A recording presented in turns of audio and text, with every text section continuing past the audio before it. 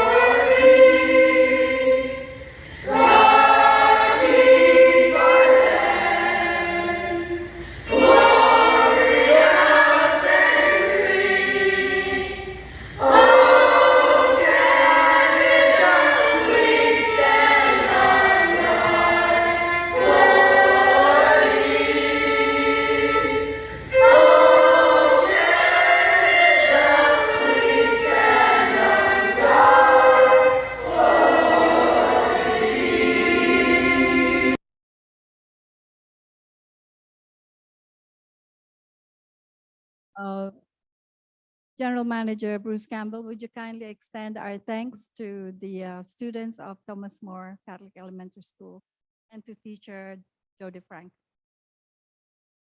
So let us remember the students, staff, trustees, and family members of staff and trustees who have recently passed away, and keep them in our thoughts and prayers. Eternal rest grant unto them, O Lord, and let the perpetual light shine upon them. May they rest in peace. Amen. I would like to ask Trustee Paula D'Amato Giovanazzi to please lead us in prayer. As we are in the month of October, dedicated to the Blessed Virgin Mary, we turn to her and ask for her intercession in seeking peace and pray. Remember, O most gracious Virgin Mary, that never was it known that anyone who fled to your protection, implored your help, or sought your intercession was left unaided. Inspired by this confidence, we fly unto you, O Virgin of Virgins, our Mother. To you we come, before you we stand. O Mother of the Word incarnate, despise not our petitions, but in your mercy hear and answer us.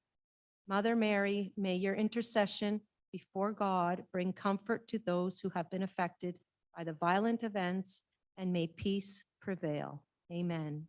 Mary, Mother of Mercy, grant us peace. Amen. Thank you, Trustee D'Amato Giovanazzi. Could I ask Trustee Herman Veloria to please read the land acknowledgement?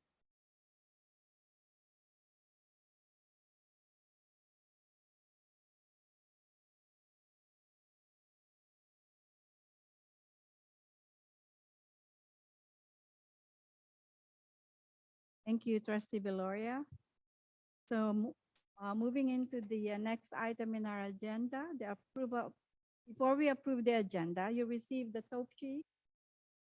So could I ask somebody to move to add L4A in our agenda? Moved by Trustee Stefano Pascucci, seconded by Trustee Bria Corbett. All in favor? Any opposed? Carried. The next item in our agenda, you all have the other items in the top sheet where there's correction on C2, postponement on C3, and it's distributed item 4H1, And we've distributed as well the added procedural bylaw 9.01 in support of H3, motion 7. So could I get somebody move the approval of our agenda, the addition of L4A? Moved by trustee Herman Beloria, seconded by trustee Paula D'Amato Giovanazzi. All in favor? Any opposed? Carried. Thank you. We do have declaration of interest. So our declaration of interest is L4, L1A, item L8. Any declaration of interest, trustee Mario Pascucci? An interest on those items, Madam Chair, due to remember that. Thank you. Trustee Stefano Pascucci? Same item, Madam Chair. I have a family member who's part of Electa. Thank you. Thank you. So could I get somebody move item L1A, L8, move to L7? Moved by trustee Sean Xavier, seconded by trustee Anisha Thomas. All in favor? Any opposed? Carried. Thank you. The next item in our agenda, I just keep going, Madam Director. Through the Next chair, good evening. And you did the approval of the minutes, right? Now, we're in the approval of the minutes. So approval of the minutes of the regular board meeting, September 26, 2023, including the business arising from the minutes as attached. Moved by trustee Daryl D'Souza, seconded by trustee Sean Xavier. All in favor? Any opposed? Carried. Thank you. Madam Director, next item. Yes, through the chair, and good evening. Can I just remind trustees that they have to put their mics really close and speak into them for those online to hear? We're now on section B, which is pastors' remarks, and it gives me great pleasure this evening to introduce Monsignor Shields. His focus this month is on the fourth beatitude.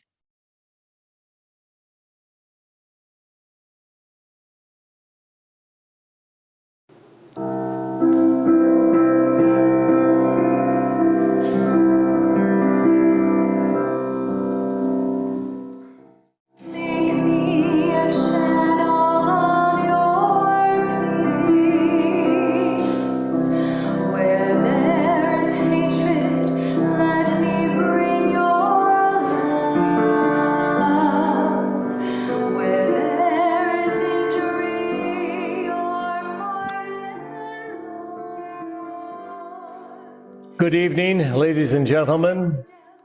Tonight, our focus on prayer is the fourth beatitude. Blessed are those who hunger and thirst for righteousness, for they will be satisfied. Jesus promises in this beatitude that if we strive for righteousness, we will be filled and satisfied. This is the distinguishing factor between Christianity and so many other religions. Jesus wants to know us, and he wants us to draw near to him and seek his presence. He doesn't want us to guess at what we think he wants or to seek affirmation from those around us. No, Jesus tells us that if we truly desire a right relationship with him, then that is exactly what we will have. Just think of all the young children and youth who pass through the hallways in our schools. All kinds of personalities, wants and needs are at our beckoned door. Their young hearts seeking knowledge, yes, but they also need to see our desire to care for them, that they are okay in our midst, that they really are meeting their needs in this school, in this gym, in this playground and fields of play. As trustees and leaders in education, Together you create a bond and network of righteousness and truth to these students in our schools. What a privilege you have to be the leaders and mentors of faith to our teachers and staff in our Dufferin Peel Catholic District School Board. For this gift of your time and your talent and your vested interest, I am sure God will give you the strength to lead and advise and encourage our teachers and staff.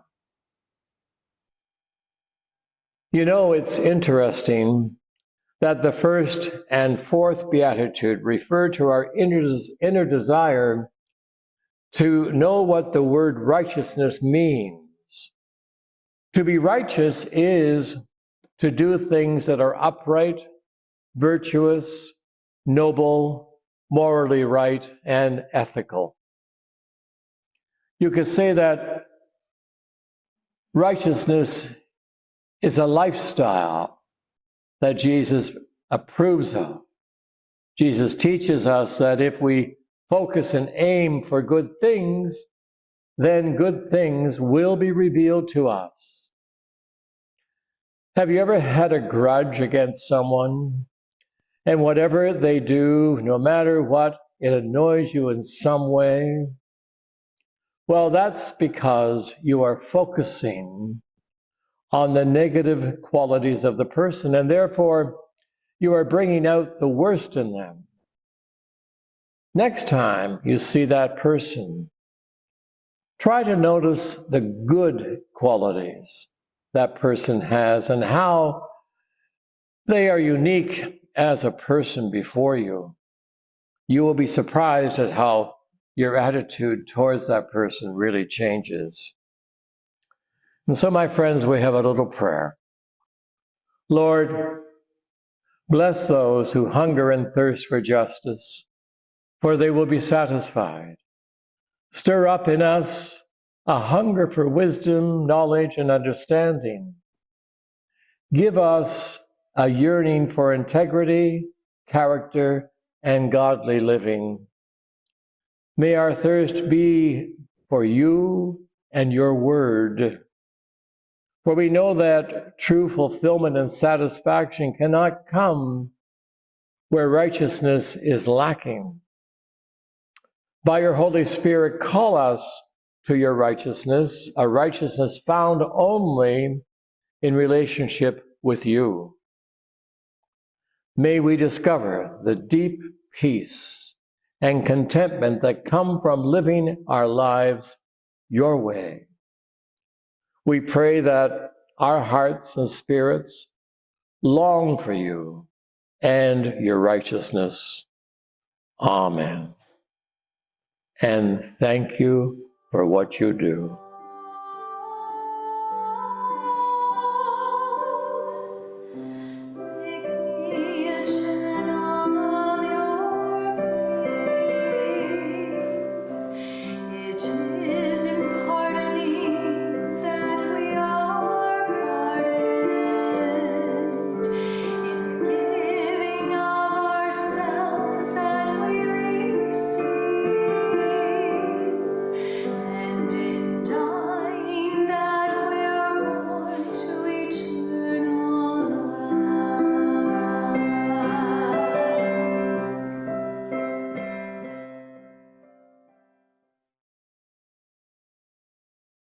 Madam Director, please share our sincere thanks to Monsignor Gilles.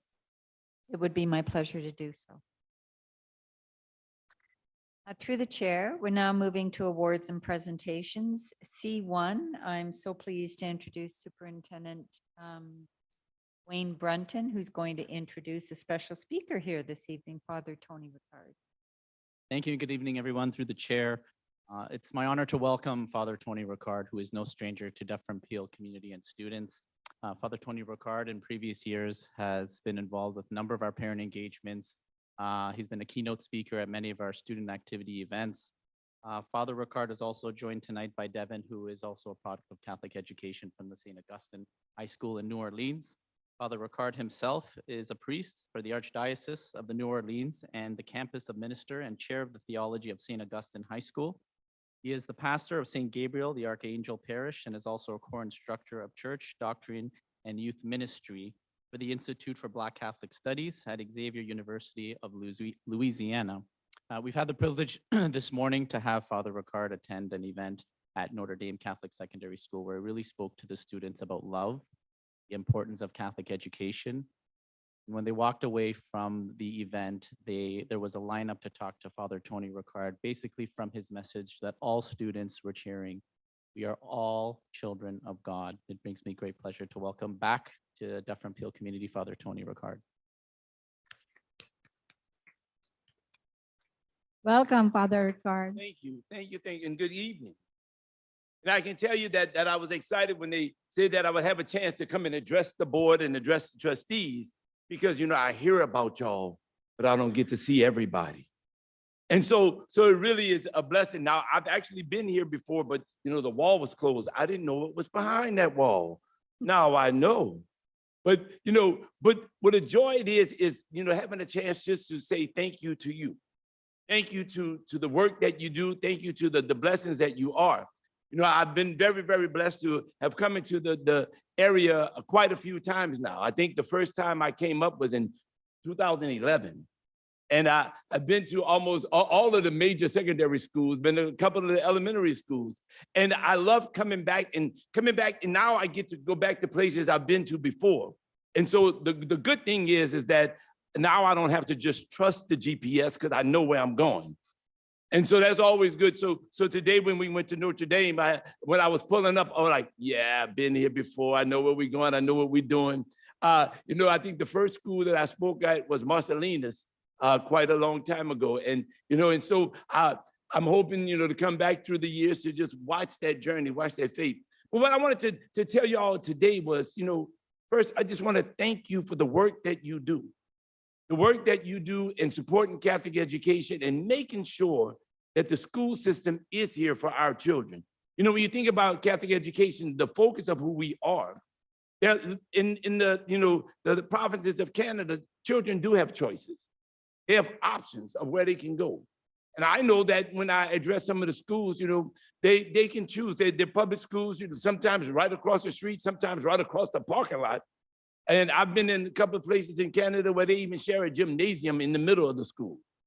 And I remember saying, so what makes it that makes a parent want to send their children to our school? Well, it's simple. They know that they are in an environment that they don't have to be afraid to talk about God. They don't have to be afraid to share their faith and to have that faith nurtured. This morning at Notre Dame, we had an amazing time. An amazing time. And I think that the blessing was that, because so many of the young folk there of African descent, the fact that when we came in, they saw people that looked like them. They saw people that shared that same level of faith and that same journey. And so for me, I was excited because they got excited. And if you can get grade 12s excited at 8:30 in the morning, something good was going on. But that was the blessing. Because what we challenged them to do was to realize who they were in the eyes of God. But, when we think about Catholic education, it doesn't happen if the board of trustees, if the board members, if the faculty and staffs at the schools don't realize who they are first. You see, you cannot give what you do not have. So until you realize how precious you are in the eyes of God, you'll never have a school system that will help our children understand who they are. So as board members, as trustees, you go through this whole election process and everything else. But do you realize that God chose you to be who you are? God chose you to be in those seats, to do what you're doing, not because it was going to give you a glorified state, because that's what the Pharisees did, but because he needed you to be about the business of God in everything you do.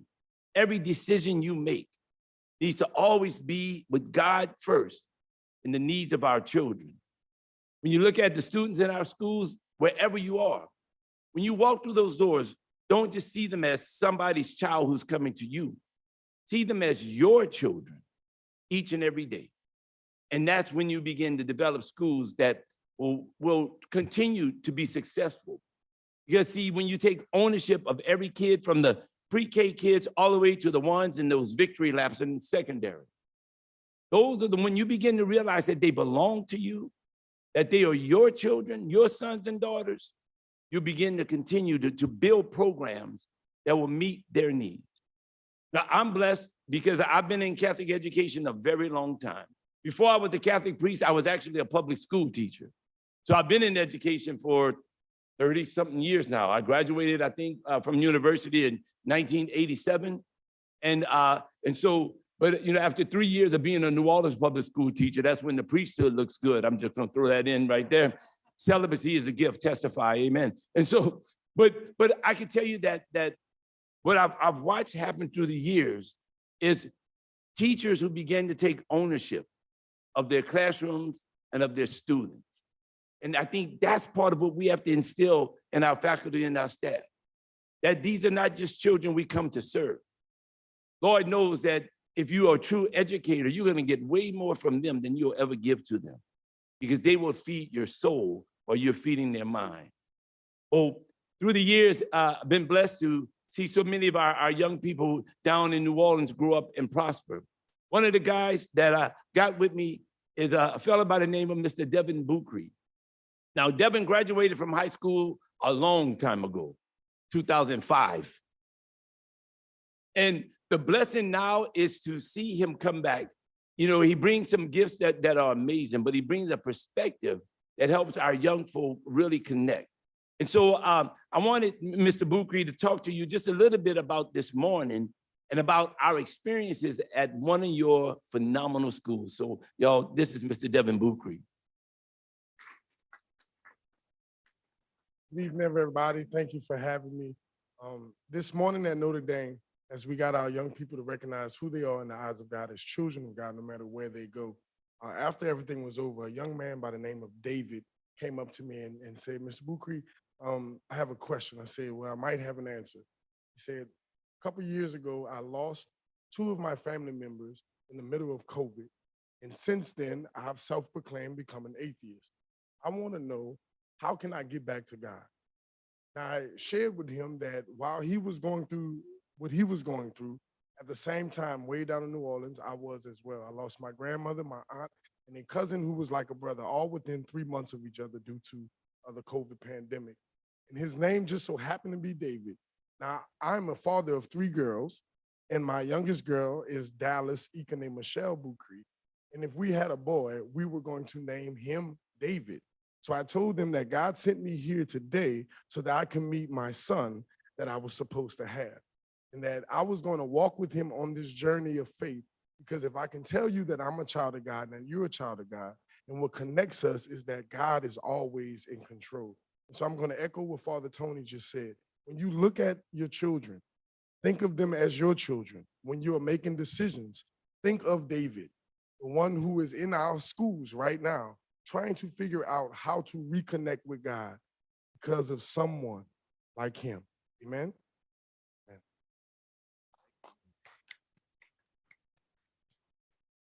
You see, that's what gets us excited. You know, I'm the pastor of a Catholic church in New Orleans, and I'm also full-time in education. So that means I work 7 days a week. And I've been doing it for quite a long time. And people will ask me, they say, well, Father, like, how do you do it 7 days a week? The only time I get a day off is if school is out and I don't have mass that day at the church. And they're like, how do you do it? But it's not what I do, it's who I am. It's who I am. And, you know, since I'm a priest at the core of my being, when I get up in the morning, I like doing priest stuff. So it's really not work for me. That's how you have to see. You have to see who you are as what God is calling you to do, and not just as a job, not just as a position. God needs you to do what you are doing for the sake of his children. Tomorrow morning, we're going to have a chance to meet with the faculty and staff that work in with the Black students, those work with those in the LGBTQ community. And I know that there's like a whole bunch of numbers and letters they have on that now. I keep messing it up, so forgive me if I'm missing a letter. But I can tell you that we're excited because A lot of times people ask us, like, how are we so successful at our school? You know, our school has 615 students. Our school is an all-male, all African-American high school. And so a very, very unique environment. And they ask us, well, you know, how do we have such great success? Out of 615 students, 208 of them are a part of the campus ministry team.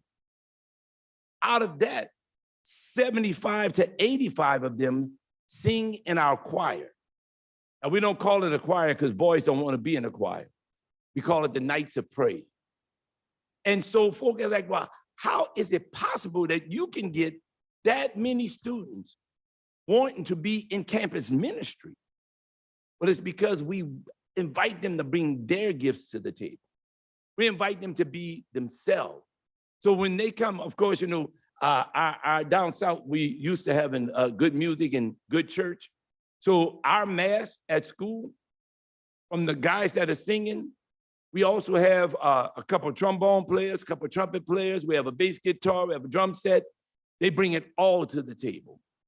To the point where at our school, our boys ask us, Father, when is the next mass? We got to have another mass because they get fed when they come there. Well, part of the challenge that I see in the schools up here is inviting young folk to not only bring their gifts to the table, because y'all do a good job of doing that, but do you do a good job of accepting their gifts when they bring them to the table? Do you do a good job of allowing them to bring who they are to the table? See, that's a challenge. We can tell young folk, we want you to be you. Do we accept them for who they are? And that's the blessing of a Catholic school. Because when we look at the apostles, Jesus had everybody. When we look at the disciples, Jesus had everybody. When you look at all the folk in the world, God came to bring them to that level of glory. So tonight, we want to thank you. Thank you for what you do. Thank you for accepting the call to be a part of the board, to be a part of the trustees. Thank you for your willingness to put the time, the energy, and the effort that goes into making sure that this is such a phenomenal school system. And each and every day, when you lay your head down, thank God for giving you the privilege for taking care of his sons and his daughters. Because in the end, part of what will get us all into heaven is what we've done for the ones that come behind us.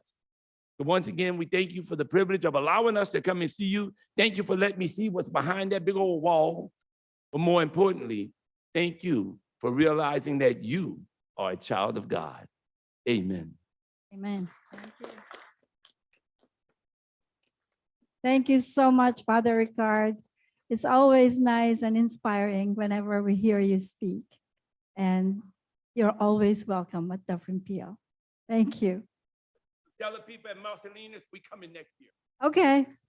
Sounds good to me. Next item in the agenda, Madam Director. Through the chair, we're on C2, and this evening it gives me great privilege to present a certificate of achievement for the Prime Minister's Awards for Teaching Excellence to Melanie Williams. We recognize Melanie as a teacher from St. Paul Catholic Secondary School. She was recently selected as one of 2023 recipients of the Prime Minister's Award for Teaching Excellence. Melanie's award profile notes that she does everything in her power to not only improve a student's academic skills, but make them feel like they have a concrete and impactful role in their community. We're so very pleased and proud of Melanie and her receipt of this honor, and call her to come forward to be recognized by the Board of Trustees and to present her with her certificate and take photos. Could I invite you?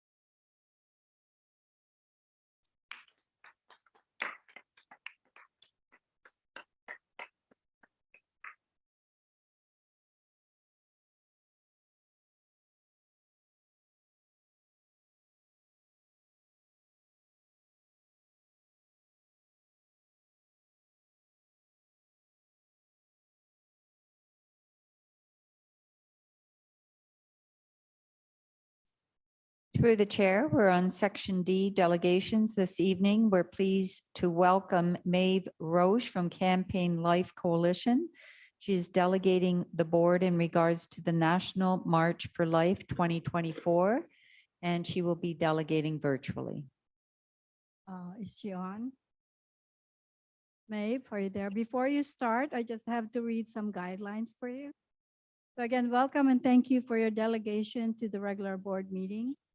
I will review a few points related to the rules and process related to delegations. You will have 5 minutes to make your presentation. This will be timed. We will signal you when there is 1 minute remaining. If you intend to use or begin to use the name, title, position of a staff member, or any personal or other information with respect to a member of the board or committee, or a pupil or his or her parent or guardian, I will rule that you must address the committee or board of trustees in an in-camera session.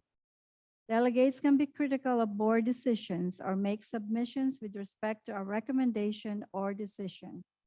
However, delegates should refrain from negative, critical, or derogatory comments about any identifiable person. Once you have completed your presentation, trustees will be given an opportunity to ask you questions of clarification related to your presentation. Once questions of clarification from trustees are completed, your role in the delegation will be concluded and we will leave the podium. At that point, trustees may debate the issue and may ask questions of staff. It is important to be aware that no decision will be made on the issue at this meeting. If you don't have any question, you may proceed. A question? Go ahead.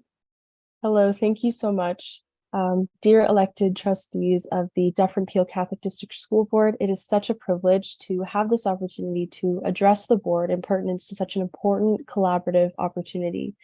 My name is Maeve Roche, and I am the Youth and Outreach Coordinator at Campaign Life Coalition and one of the organizers of the National March for Life in Ottawa. This year, the National March for Life on Parliament Hill and its related youth events will take place the week of May 9th of 2024. The National March for Life's organizing committee has been successful year after year in organizing a peaceful pro-life demonstration that welcomes thousands of pro-life Canadians of all walks of life, including families, children, seniors, school-aged youth, and many others from across the country in our nation's capital. With the culture of death looming over impressionable youth, it is essential that we spread the pro-life message in our schools, our youth groups, communities, and society at large to ensure that children in the womb, mothers and fathers are protected from the violence that is abortion. Young people must be educated on the reality of abortion and must understand the harms that are involved, both physically, spiritually, and emotionally. National March for Life Week in Ottawa serves as an ample opportunity to gather in prayer and fellowship for a common cause, the sanctity of human life from conception until natural death. This week not only shapes a fruitful culture of life, but also serves to educate and inspire youth to further consider the moral questions of personhood, God's plan for human sexuality, and what it means to be fully alive in our shared faith. The National March for Life is also an opportunity for students to learn about civic engagement, the Canadian government, ethics, and philosophy in relation to the events at which they are present. Throughout the week, students will be granted an opportunity to hear from inspiring speakers with motivating and moving testimonies and experts in a variety of fields. Not to mention, the safety at the National March for Life is a central priority for us. We work closely with both the Ottawa Police and Parliamentary Protective Service to ensure the utmost safety of our demonstrators. The march has all the legal permit requirements and licenses that are necessary for a demonstration of its kind. The police are in attendance and they decide which routes to be taken in order to ensure the safety of all participants. And additionally, paramedics are present on Parliament Hill in the event of injury, especially for our senior attendees. We also know that the National March for Life has saved lives. Many young people are deceived by the abortion industry on social media through their peers, leading them to reject the sanctity of all human life. Many Catholic high school students are ignorant of the intrinsic value of human life in the womb. This must change. Abortion reaps generational damage, not only on the preborn child who is violently killed, but on the women and men involved as well. Students are also ignorant to the pro-life position and become vulnerable to abortion themselves. The evening and the day following the National March for Life, hundreds of youth will gather at the Ottawa Conference and Event Center for the Live On Pro-Life Youth Summit and Banquet. Students are treated to musical entertainment and a delicious 3-course meal. And afterwards, a dynamic speaker shares his or her story and encourages the students to utilize their voices to defend our most vulnerable members of society and make a difference in their homes, schools, and communities. So I'm here today requesting that the students and staff of the Dufferin Peel Catholic District School Board attend the National March for Life and its related events this year, including our Live On Youth Summit and Banquet and Candlelight Vigil at the Human Rights Monument.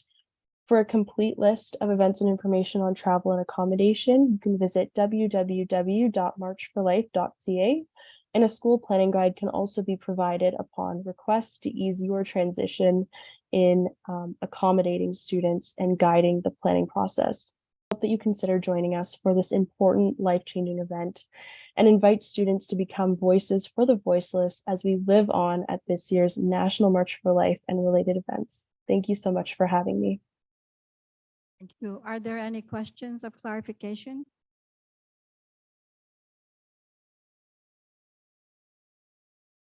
Thank you very much. Seeing no questions of, oh, sorry.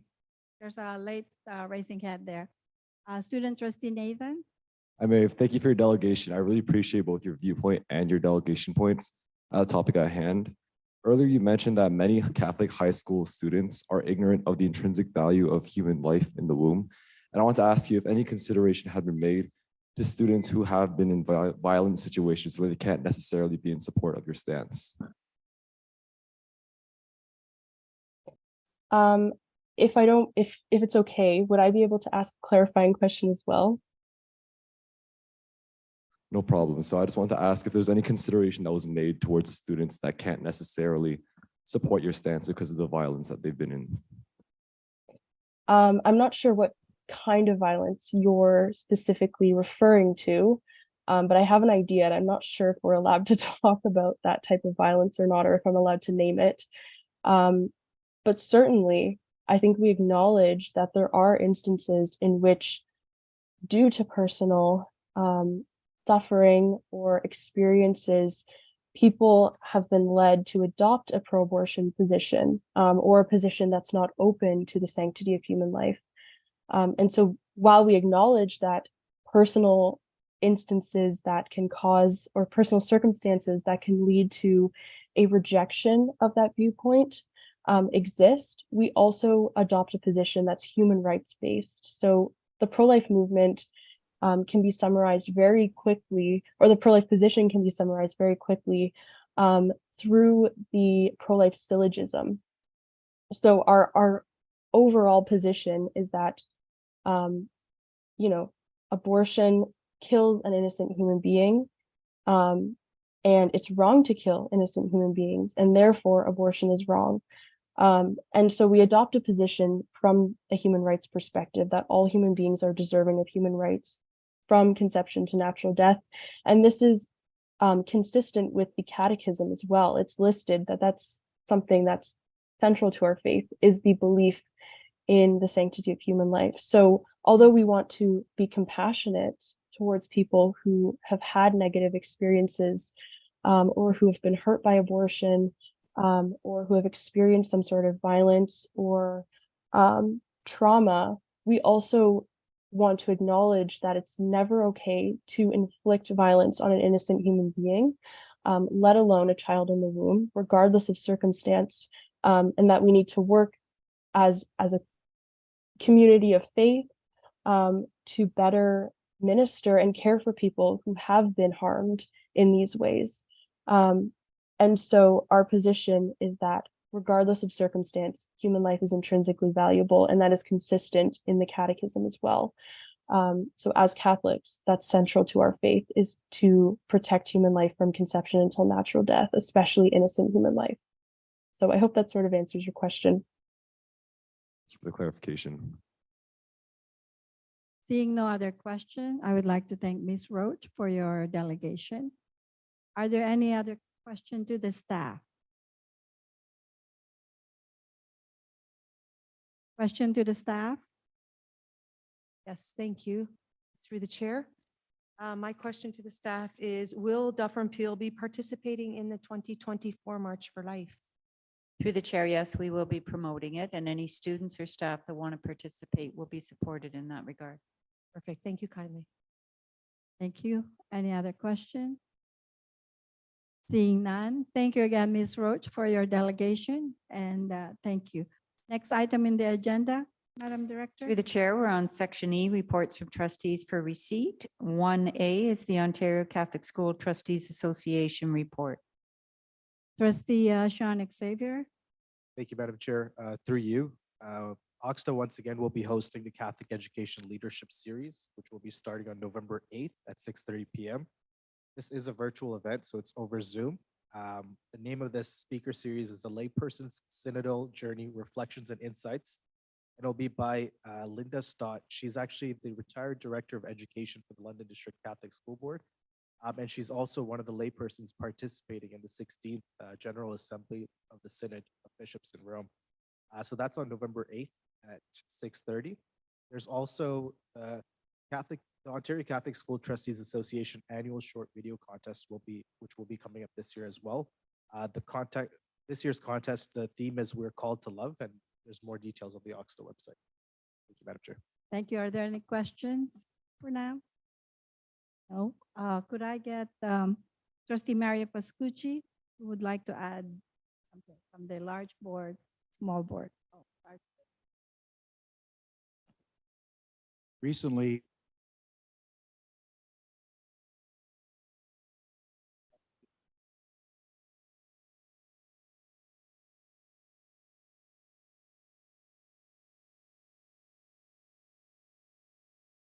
better. So what we're going to do is the meeting was last Thursday. The minutes are going to be forwarded to each individual chair from the 29 boards. They can discuss things if they wish, both the small boards and large boards. Different people will receive our information through our chair. And there's a couple of things I'd like the minister or the Director of Education look into as well. So in a nutshell, we had our first meeting. The important things were dealt with, large boards, the information will come forward. Thank you. Next item, Madam Director. Through the chair, the next item is 1B, the Student Voice Report. Through the chair, good evening, trustees, staff, and public attendees. My name is Nathan Nguyen, the student trustee for DPCDSB North. Me, Bojo, Bailey, Indigenous Cause, Mississauga, and Donjaba, Mohawk, and Dow. My name is Bailey Khan, and I'm the Indigenous Student Trustee for DPCDSB. We are grateful to be here before you all today as we present to you our latest Student Voice Report. On September 28th, we held a student senate meeting at Silver Creek Outdoor Education Center. As this was our first, the main emphasis was placed on team building done through group challenges, a nature walk, personal and group goal setting, and initial discussions of our hopes for this upcoming academic year. On behalf of the Student Senate, we'd like to extend our gratitude to Mr. Resendez and the Silver Creek staff for the amazing hospitality and the countless memories made. During Truth and Reconciliation Week, at the end of October, I had the privilege to go to Ottawa for Orange Shirt Day to attend an event called We Are All Related. We heard from residential school survivors, waterkeeper Autumn Peltier, and some amazing singers. During my time in Ottawa, I continued my learning on the impact of colonization and the horrific history of residential schools. The time spent in Ottawa gave me an opportunity to reflect on my experiences and on the items I wanted to bring back to share with the rest of the Student Senate. I would like to thank the Indigenous Education Council for giving students like myself the opportunity to attend this event. On October 17th, we had an opportunity to meet with the Student Senate yet again at Blessed Trinity Education Center. During this meeting, we emphasized on how the Student Senate can influence change in our school climate. This is done through our 4 working groups, which are equity, diversity, and inclusion, wellness, truth and reconciliation, and communications. Each group was given time to identify issues that students may face within their school communities and discuss some ideas which can be used as local solutions or potentially even something Student Senate would like to propose as a board-wide initiative. On this day, Student Senate also learned a little bit more about our calls to action from the Truth and Reconciliation Commission of Canada and how we can work as a system to ensure we are taking strides in and remaining open and willing to continue the awareness of Indigenous education. We discussed how schools commemorated Truth and Reconciliation Week. This was highlighted with activities such as sharing informational videos, empathizing with children who attended residential schools, and creating banners and displays to spread awareness about the tragedies of our country's past. Unfortunately, a few secondary schools did not do much for Truth and Reconciliation Week and Orange Shirt Day. In some schools, there was a lack of awareness that students were allowed to wear orange shirts, or the wearing of orange shirts was canceled. Although most students participated in Orange Shirt Day, this is abundantly clear that there is work to be done to make sure that truth and reconciliation is constantly worked towards and recognized at all schools. Overall, through this discussion and our working groups, we recognize that we need to move away from performative actions and move towards intentional work that is a part of our school days instead. We thank the Student Senate for yet another productive meeting, and we look forward to reconvening on November 16th. Additionally, this past weekend, Bailey and I had the privilege to attend Asta ACO's fall regional meeting. Throughout the conference, we were able to connect with our fellow student trustees, learn from each other, and receive professional development on topics such as public speaking, organizing effective meetings, and integrating Indigenous education. I'd like to thank Asta ACO for the invite, and we are excited to apply what we've learned this weekend to our roles as student trustees during the rest of our term. As a conclusion of our latest student voice report, we'd be happy to answer any questions at this time. Are there any questions to the student trustees? No? Thank you very much, Nathan and Bailey. Next item, Madam Director. Through the chair, EC is good news reports. Is there any good news report? Okay, so I'm going to make a list. Trustee Bria Corbett. Anybody else? All right, go ahead, Trustee Bria Corbett. Thank you, Madam Chair, and through you. I just have one item. I know our schools do a lot of wonderful things. There's just one I wanted to highlight this evening because it's unique, I think. St. Albert of Jerusalem Catholic Elementary School has recently taken on the challenge of collecting 5 million pop tabs. And the goal is for a family to help a child access a wheelchair. So I knew about this program many, many years ago, but I raise it tonight because it evidently is alive and well, and the program still exists. So I want to thank the generosity of the Dufferin Peel families in our school communities to work towards this goal throughout the school year, and also to my trustee colleagues as they've been wonderful in helping to support as well. So thank you, Madam Chair. Thank you. Anybody else? I'd like to pass on the chair to Vice Chair Thomas Thomas. I just want to take this opportunity to thank OXTA President Pat Daly and OXTA Executive Director and OXTA Director of Education and Executive Director Nick Melanetti. Did I say that right? And OXTA Director of Education Anna Bryan for facilitating our retreat last weekend. It was a very productive and informative meeting that the trustees was able to enjoy. And we also had a lot of information that we learned regarding dignity of human person. We still have a lot to learn, but it's important that we get started. The other item, Mr. Chair, is I'd like to just say at the recent community council chair meeting, engagement evening, we had a very good turnout of parents that really came out to that evening and being part of CSAC. So I just want to congratulate the parents for being part of our CSAC committee. Thank you, Mr. Chair. Through the chair, we're moving to section F, which is reports from committees for receipt. F1 is the receipt of Madam minutes. Director, item 2 of Oh, yes, the event of the evening, my the event of the apologies. evening. E2 is the chair's year-end address. Chair of the board, Luz Del Rosario. So I'm passing it on to Vice Chair Thomas. So it's been a long-standing tradition at the Dufferin Peel Catholic District School Board that the chair addresses the Board of Trustees prior to the annual organizational meeting. So please indulge me. I would like to say a few words tonight. A wise person once said that many attempts to communicate are nullified by saying too much. So please be assured that I'll be brief. So first of all, I would like to recognize the hard work and commitment of all trustees. It has been an honor, a pleasure, and a privilege to serve and to work with you as your chair over the past year. I think that over the first year together, we have developed into a successful, cohesive team, and our continued standing as one of the leading school boards in this province, despite our challenges, is tangible evidence of that success. As trustees, we continue to fulfill our responsibilities as stewards of Catholic education.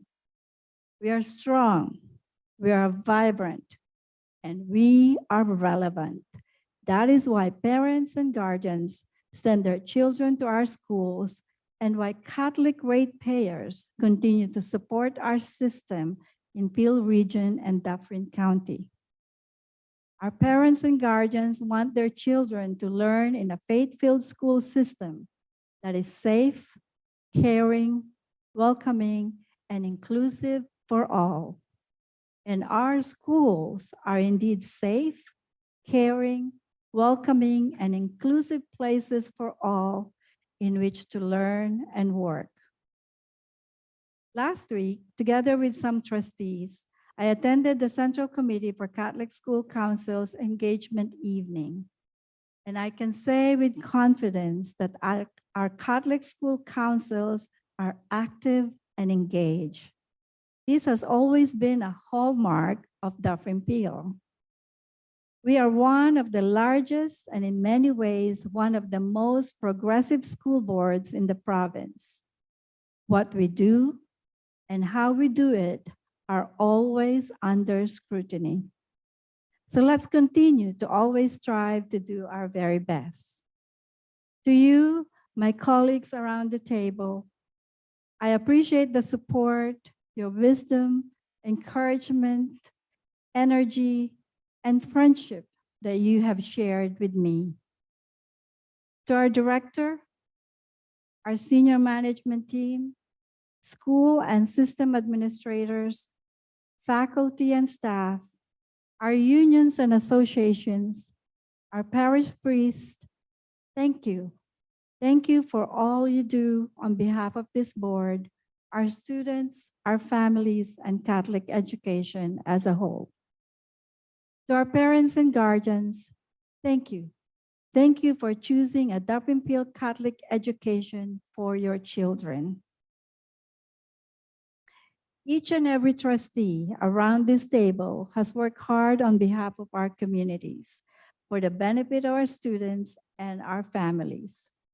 This commitment and dedication is in keeping with the trust bestowed upon us as stewards of Catholic education. It is an awesome privilege. Right?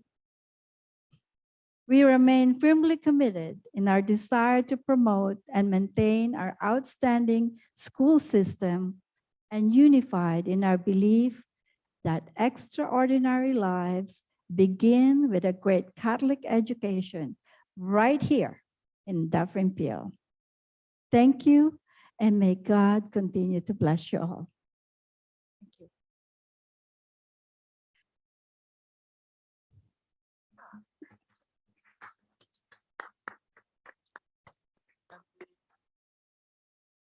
we add this to our next minutes moved by Mario and second by Sean. All in favor? Okay. Did we lose Daryl? Is he still in? Oh, he's still there. Okay, thank you. So next item in the agenda, Madam Director. Through the chair, received the minutes of Faith and Program Committee meeting of June 13, 2023. So we have the minutes of the Faith and Program. Are there any questions, changes, additions? No? Second item. F2, received the minutes of the Board Bylaw Policies Review Committee of May 16, 2023. Any questions? Items? No.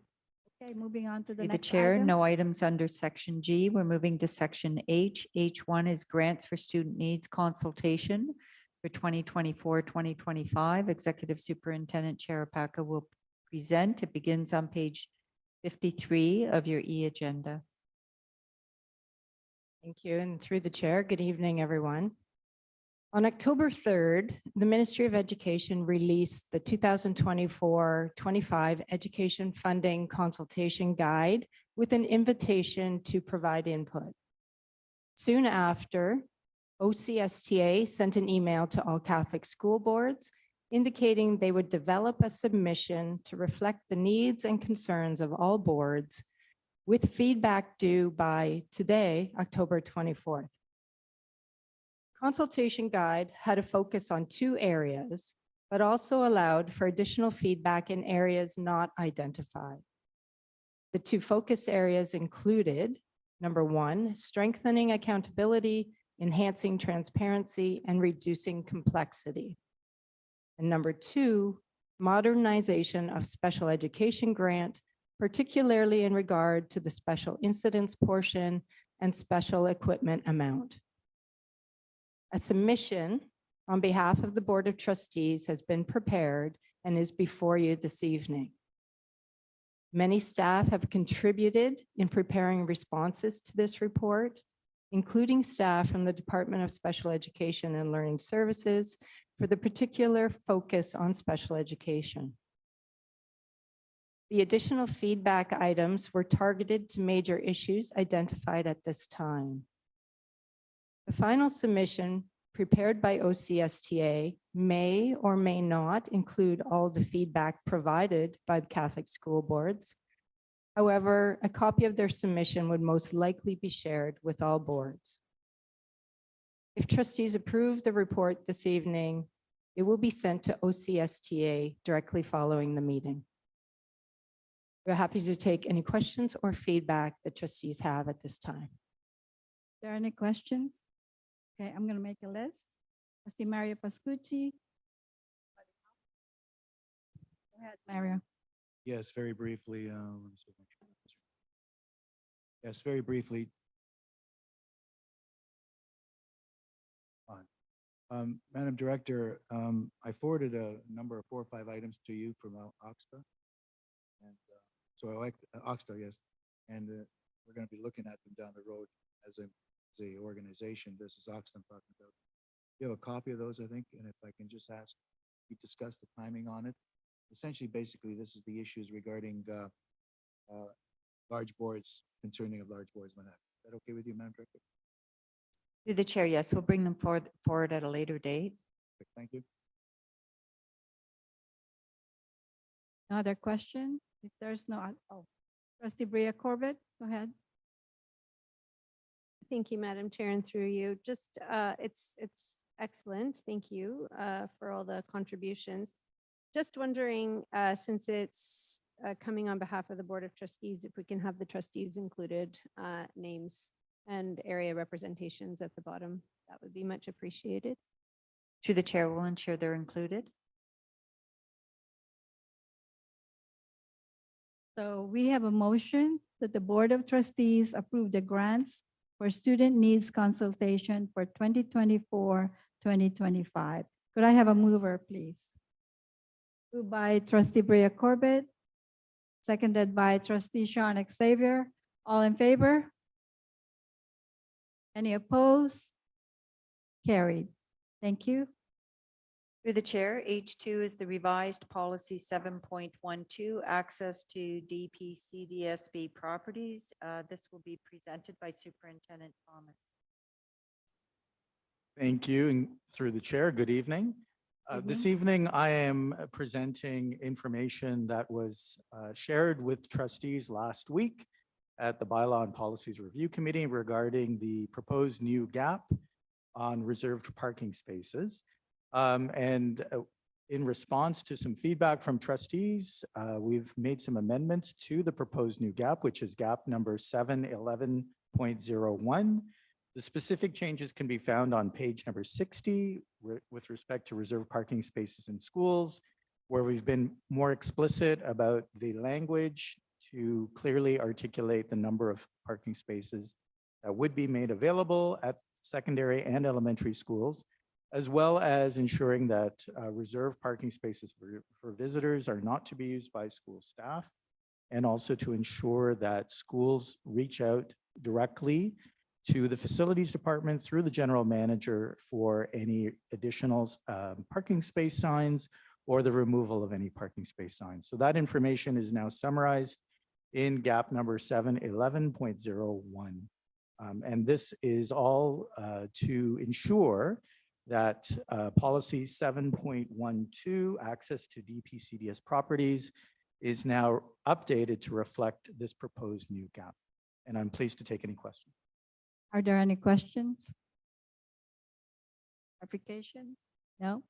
Thank you. So we have a motion that policy 7.12, access to DPCDSB properties, be approved and enacted as amended by the Board of Trustees. Could I have a mover, please?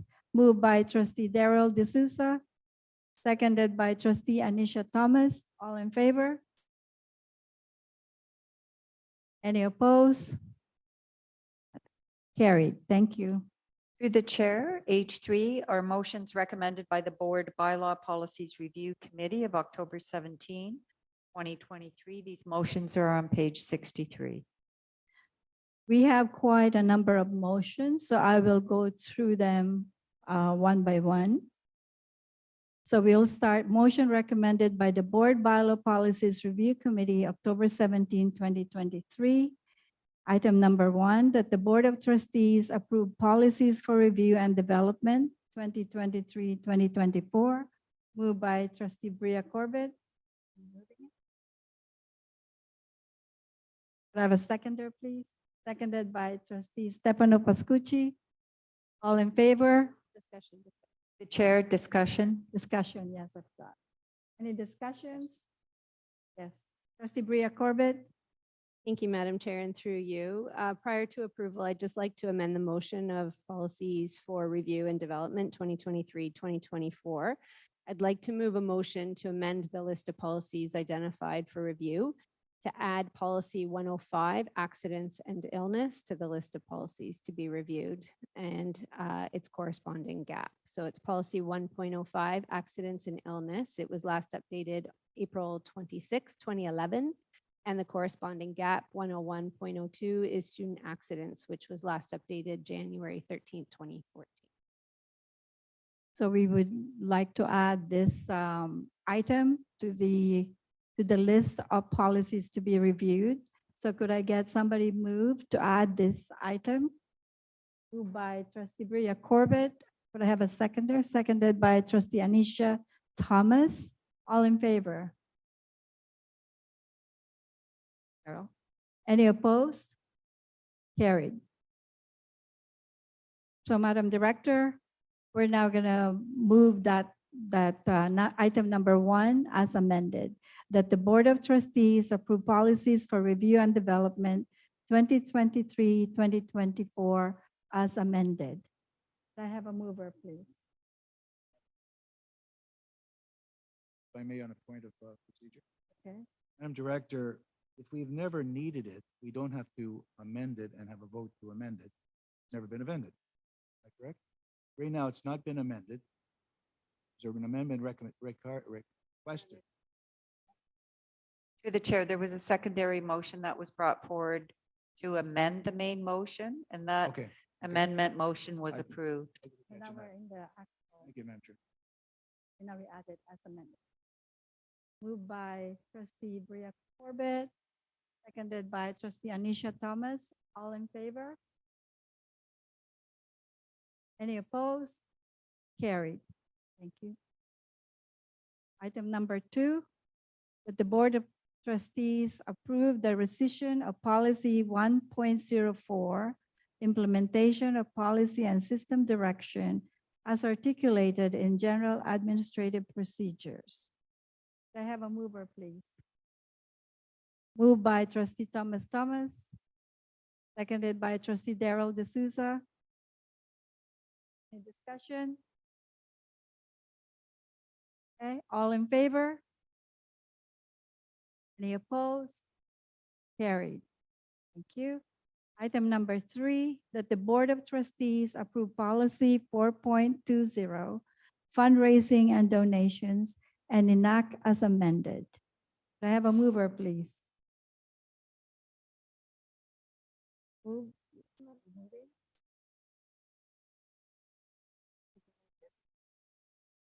Moved by trustee Stefano Pascucci, seconded by trustee Sean Xavier.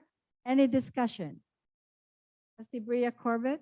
Thank you, Madam Chair, and through you, I'd like to move a motion to amend the implementation of policy 4.20 fundraising to keep Article 10.1.3 of GAP 538 status quo and add a $25 minimum donation that must be generated for donations received centrally by cash or check as a base for tax receipts. So a motion has been presented, moved by trustee Bria Corbett. Would I have a seconder? Seconded by trustee Mario Pascucci. All in favor? Any opposed? Carried. Thank you, Madam Chair. So, Madam Director, so now that the Board of Trustees approved 4.20, fundraising and donations, and enact as amended. You still have to get that. Moved by trustee Stefano Pascucci, seconded by trustee Herman Deloria. Not good. All in favor? Any opposed? Carried. Thank you. Item number 4, that the Board of Trustees approve policy 7.15, trustee honoraria and expenses, and enact as amended. Could I have a mover, please? Moved by trustee Anisha Thomas, seconded by Paula D'Amato Giovanazzi. Any discussions? All in favor? Any opposed? Carried. Thank you. Item number 5, that the Board of Trustees approve the rescission of policy 6.50, use of buildings, grounds, and facilities. Can I have a mover, please? Moved by Stefano Pascucci, seconded by trustee John Xavier. All in favor? Any opposed? Carried. Item 6, that the Board of Trustees approve policy 9.01, Catholic Code of Conduct, and enact as amended. Moved by trustee Darrell D'Souza. I have a seconder, seconded by trustee Thomas. All in favor? Any opposed? Carried. Thank you. Through the chair, we have no items under I. We're moving to J, questions asked by trustees. Okay, so I'm gonna have a list.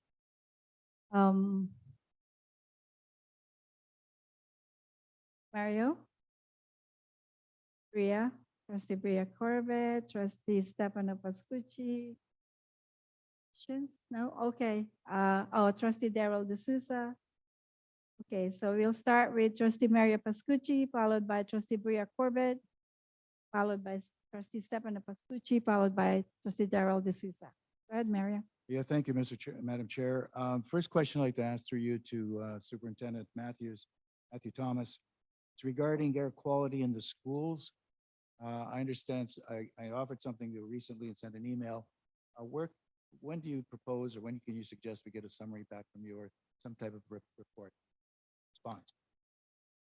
Through the chair, what I can propose is that we can update on our board, our public board website, our ventilation optimization and air quality improvement measures that we've undertaken as a school board.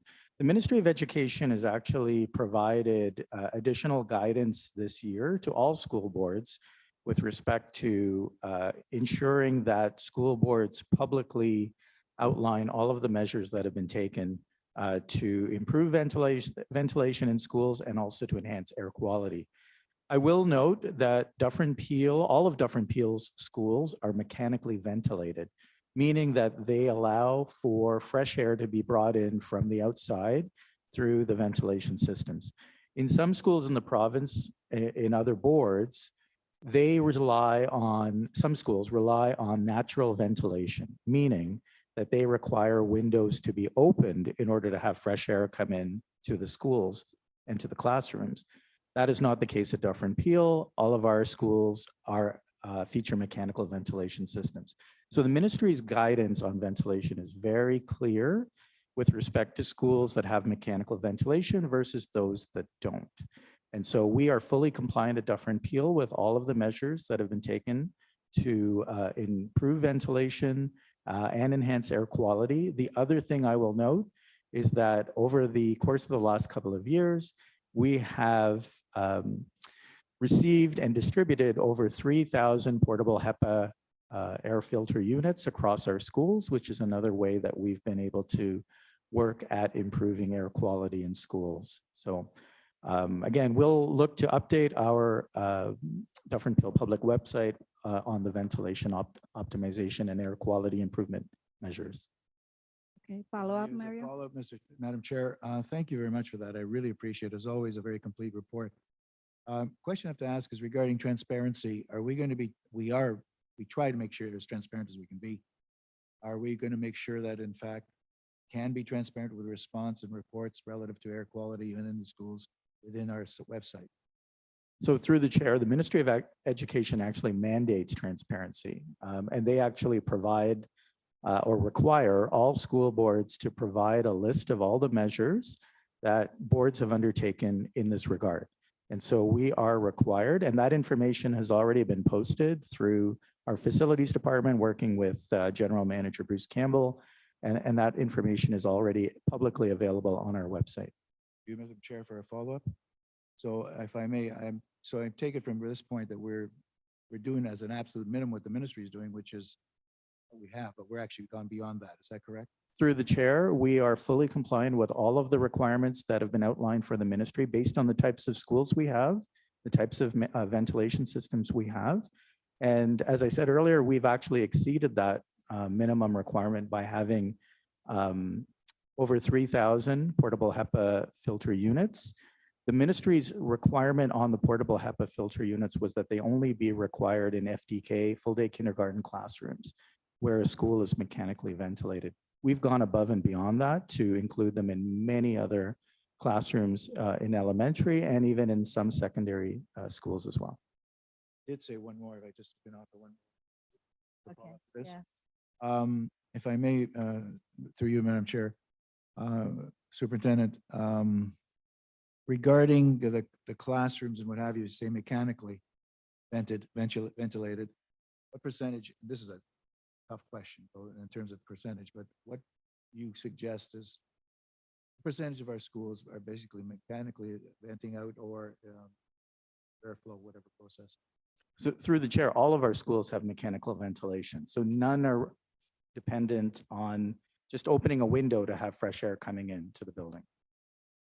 Thank you, Madam Chair, and thank you, everybody. Thank you. Trustee Bria Corbett.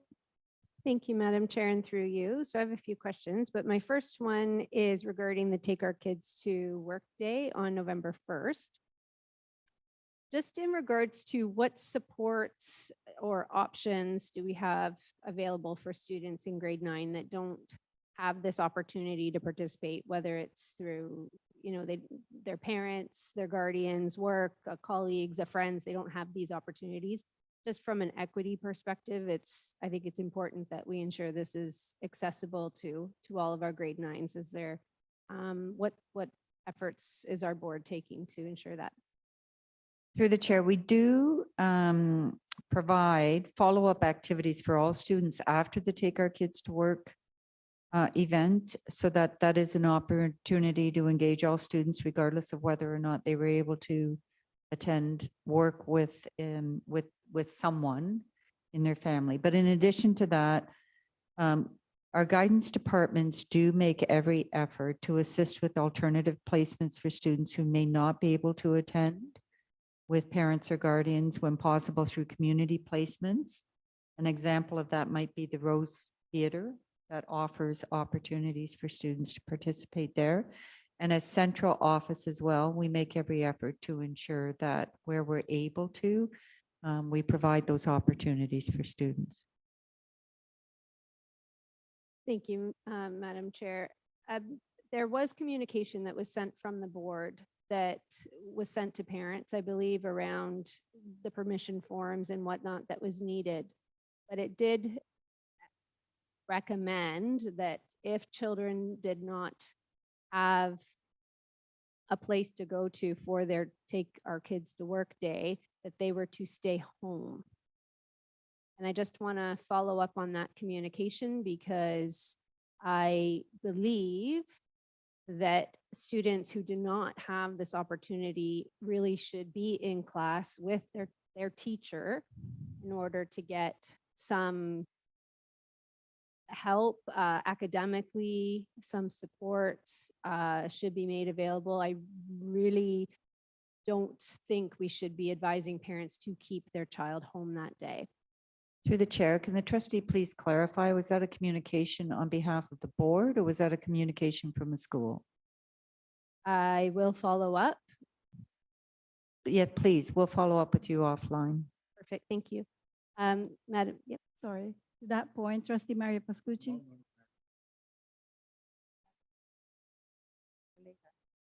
Sorry, go ahead, Trustee Bria Corbett. Thank you, Madam Chair. Through you, the city of Mississauga previously had a program that provided bike racks for our schools to support the active school transportation. This was years ago, but I raise it tonight because I have a school that's identified a need for bike racks. It's one of their fundraising goals. And just wondering if staff could follow up with the city staff to see if this bike rack program is in fact still operating and if there's an opportunity for schools to access it. Through the chair, we'll follow up. Thank you. And through you, Madam Chair, one more.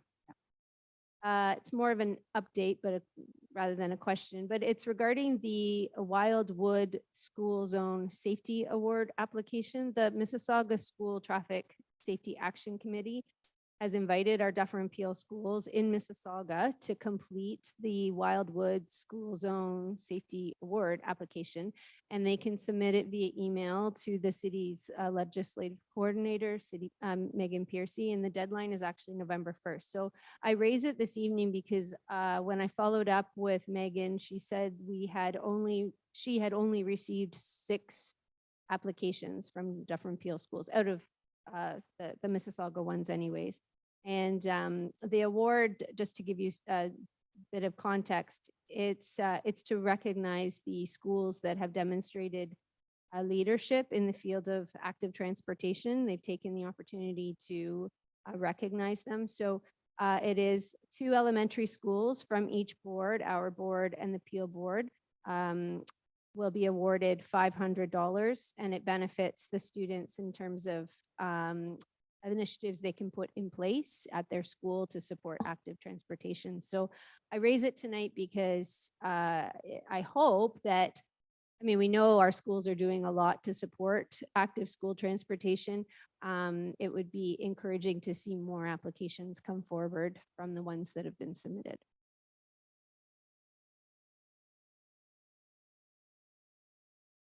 Okay, thank you. We're done. So Trustee Stefano Pascucci. Thank you, Madam Chair. Madam Chair, to director or to staff. What is the process for schools to apply for grants and receive them outside of, like, so with outside institutions? So for example, banks that give out money for wellness days or for any other grants from any other institutions. Through the chair, we have a grants review committee, and we do review any grants that are available for schools outside the organization. I'll ask Executive Superintendent Julie Cherapaka just to provide a little bit more detail around how that process works. Yes, thank you. So through the chair, it is common for some of our schools to find these grants that exist external to the board. Once they come upon something, they are required, there's a bit of a process in place to reach out to their superintendent, discuss the grant. The superintendent would bring information to our grants review committee. We're really just reviewing to make sure all our processes are followed and there's nothing that would cause any concern from receiving that grant. And once approved, the school can go ahead and apply and receive the grant. Thank you. Is there it's like a running list of institutions that do provide grants that are, say, probably pre-approved, I guess, just to sort of, because when a grant comes out, it's usually quick action because the money goes away pretty quickly to other locations. Do we have anything in place that's like these 20, 10, 5, 1 grant providers are approved and the process goes faster? So through the chair, we don't have an actual list of grants, but what we do have is when we hear of one, we send the information around through the family of school superintendents to ensure that information is received at their schools. So we will do that type of disbursement of information, but we don't actually have a running list of grants. Appreciate it. Thank you very much for that. Madam Chair, my next question, Madam Chair, next question has sort of 3 parts to it, but I'll be as quickly as possible. Okay. Go ahead. So I was at one of my Catholic School Council's meetings last night, and I mentioned this was St. Peter and Paul's. They received their green bin from the Region of Peel for the composting program, which is fantastic to hear. It's finally getting out there. I think it was before the pandemic was supposed to start. But I was just wondering, where are we with this program? Are we aware of other schools, all our schools, some schools receiving the green bins? Through the chair, thank you for the question. The Region of Peel introduced the organic recycling pilot program for schools back in spring of 2022. At the time, between our board and the Peel District School Board, the region had asked for 100 schools to participate in the pilot. It was meant to be a 1-year-long pilot, but then I think as a result of the recent announcement about the future of the Region of Peel, regional staff have actually informed us that they are no longer planning to expand that program. So that's the latest information we have. We are going to try and follow up with them about next steps. The original schools that were selected from Dufferin Peel to be participating in the pilot were actually in the northern part of Peel region. So when you mentioned St. Peter and Paul, that wasn't something I was familiar with, and I'd asked General Manager Mariah as well to investigate on that as well. So we'll try to get some more information about that and whether there may be other schools in Mississauga that have perhaps on their own taken the initiative to reach out to the region. But as far as our formal pilot program, it's the schools in the north that have been participating. Okay. My other 2 questions aren't needed anymore then, Madam Chair. Thank you very much. Thank you. Appreciate the information. Okay. Thank you, Trustee Stefano Pascucci. Trustee Daryl D'Souza. Thank you, Madam Chair, and through you. This question is with regard to changing boundaries for existing schools. For example, Daniel Kamboni right now has over 500 children and we're putting portables out there. And Bonaventures is like at 200 children. So what are the possibilities of changing boundaries to make sure that our existing schools, the number of students don't get depleted in a manner that the school is totally underutilized?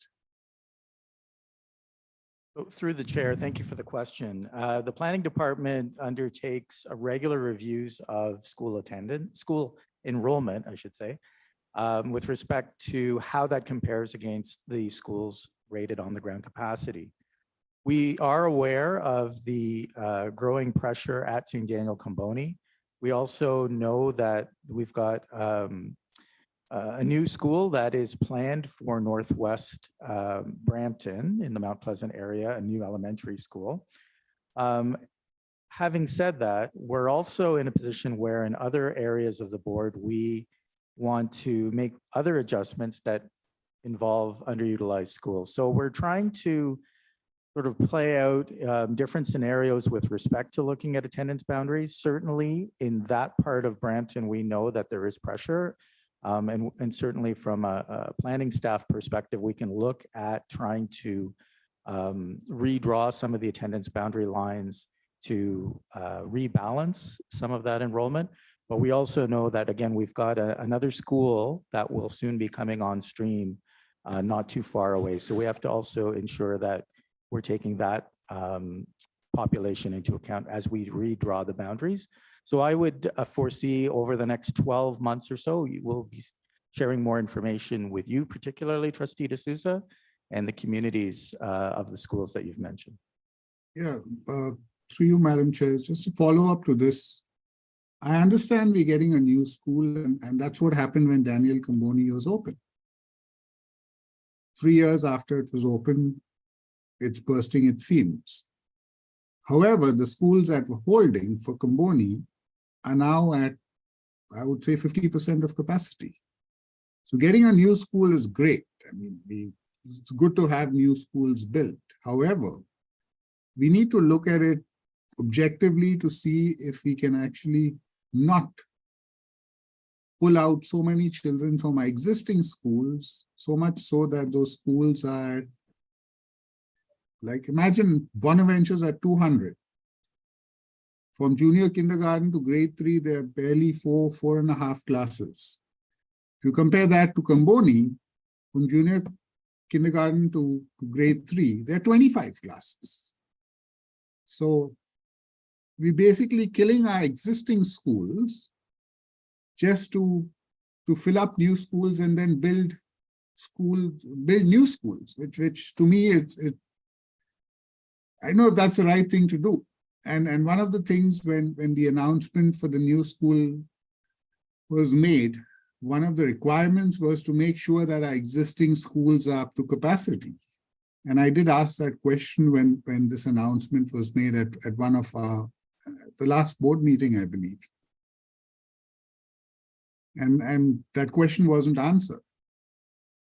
So I think rather than waiting for 12 months, I mean, why don't staff actually look at an opportunity where we can at least make sure our existing schools are utilized, not 100%, but at least 75 to 80%. And don't put pressure on the new school, which is Comboni, and hope and wait for yet another new school to be built. Yep. Through the chair, we'll certainly try and expedite that review for sure. I think with respect to St. Daniel Comboni, certainly there's been a huge influx in terms of development that's happened over the last little while. And I think all of Northwest Brampton is going to start experiencing that over the next few years. And so we'll have to also assess the impacts on all of the schools in the area. But certainly, to the trustee's point, we'll take a look at the boundaries for St. Daniel Comboni more quickly. Thank you. Thank you. Thank you, Madam Chair. Thank you, Matthew Thomas. Thank you. Thank you, Trustee Daryl D'Souza. Trustee Maria Pascucci. Just have to ask the committee, the board staff, is the question, when schools get damaged through vandalism or whatever, what is our current policy relative to reimbursement of the cost of bringing that school back to where it should be? Then, if it's my concern right now is that the local taxpayer paying for it, in which way? Just out of curiosity, is there anything you can sort of say in a general sense? And if you don't have anything right away, I can wait for the next month. Thank you. So through the chair and good evening, depending on the nature or the extent of the vandalism, it's usually our insurance provider that takes care of the costs associated with it. If it's something like cleaning up a wall, if there's graffiti, for example, we have our own internal staff or the custodian on site can handle that. You, Madam Chair, is there a, you have to pay the first 100, first 1,000 or something like that? We have to pay the first bit and then the rest is taken through. In other words, we pay the deductible, then they take care of the cost. Through the chair, we can put something, I'll follow up and put something in issues and events, but I'm That'd be not good. certain. That'd be good. The concern I've had, there's been a number of schools that people are riding or going on the roofs and what have you. I've had a couple of schools vandalized in my area recently. And the concern I have is that these people are doing, there should be some ramification if we do catch them. I mean, recognize some of them might be children and, you know, money. The fact is that there's a cost incurred, local taxpayers should not be paying. I don't know how we can get around it, but thank you very, very much. Yes, if you can bring it forward and do time, it's fine. Thank you. Thank you. Are there any other questions? Madam Chair, I have a question. Trustee Darrell D'Souza? Thank you, Madam Chair. And through you, the issues and events appear in my calendar. I mean, it's been happening for the last few months, but there is no link to the actual issues and events bulletin. So can we have a look at it to make sure that at least it's emailed to us? Because it is a calendar item every Friday showing issues and events, but when I open the item, there is no link at all there. Through the chair, you're to access it. It's a reminder to the trustees to access it through the trustee portal, but we'll send out some instructions so that you know how to get to the trustee portal. Yeah, I understand, but then that requires us to go through a VPN, which we have to log into to get into the portal. Is it not possible to have it probably emailed to us, or? Through the chair, if that's more convenient for the trustees, then we'll move back to that process. Please, and thank you. Thank you, Madam Chair. Thank you. Any other questions? Additions? Seeing none. So we're moving into no declared interest item. So we are moving into in camera to deal with financial matters. So we will be breaking for about 10 minutes, 15 minutes. So at 8:45, we'll be back here. So for those who are watching our video or YouTube, we will be going into an in-camera session of the board. Thank you. We'll see you later if you want to wait. Thank you.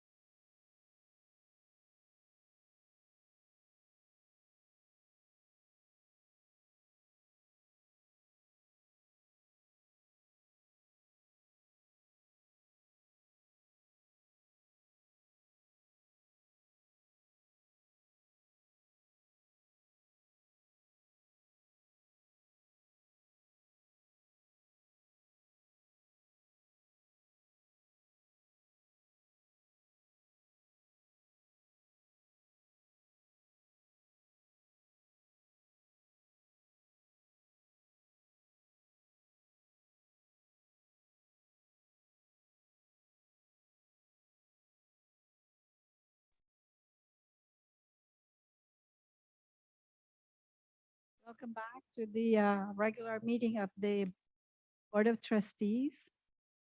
So we have a report from in-camera session. Okay, from the in-camera, approval of in-camera board minutes. Question asked the trustee of an in-camera nature and approved the recommendation to the Board of Trustees from the in-camera committee of the whole. We have a motion. And there is a motion that the Board of Trustees approve the response letter to the Deputy Minister Manson Smith regarding the financial investigation. Could I have a mover, please, for this letter? Moved by trustee Paula D'Amato Giovanazzi, seconded by Sean Xavier. All in favor? Any opposed? Carried. Thank you.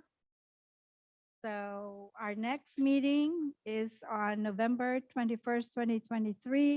It's our organizational meeting, and the regular board meeting will be on November 28th, 2023. Could I have somebody move adjournment, please? Moved by trustee Anisha Thomas, seconded with a big long hand by trustee Paula D'Amato Giovanazzi. All in favor? Any opposed? Carried. Thank you. Good night, everyone.